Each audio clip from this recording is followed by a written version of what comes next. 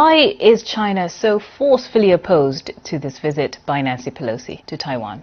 Beijing considers this political betrayal. This is U.S. hypocrisy at its best, because when the U.S. came into this diplomatic recognition with Beijing 40 years ago, it acknowledges that the PRC is the sole legal government of China, and it acknowledges that Taiwan is part of it. It says it promised, actually, that there's going to be no official relations with Taiwan going forward.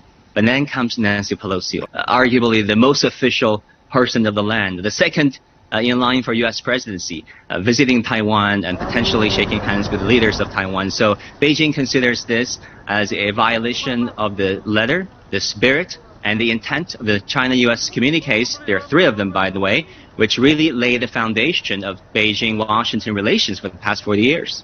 But Wang, the U.S. has gone to great lengths to underline their position that this doesn't change how the United States sees China's relationship with Taiwan. The U.S. Secretary of State Antony Blinken, the Security Council have all come out to say, look, there's a difference between the White House and Congress.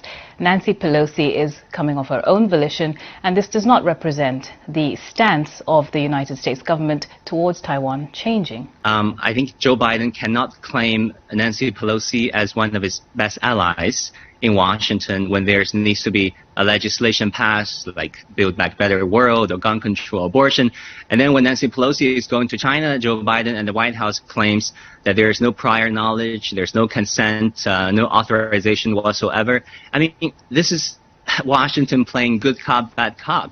I mean, after all, Nancy Pelosi is one of the most powerful persons in the U.S. Congress, which is one of the 3 branches of the U.S. government. Primary school students in the U.S. learn that. And after all, we've seen this pattern of U.S.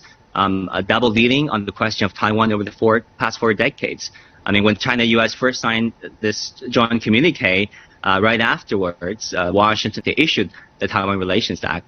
And then when there was this 3rd China-U.S. communique in the 1980s, it issued unilaterally these 6 assurances to Taiwan, which once again torpedoed the spirit of the 3 communiques. So we've seen this pattern of, double dealing by Washington, promising one thing and doing another. Actually, this is all about containing or at least hedging against China's rise.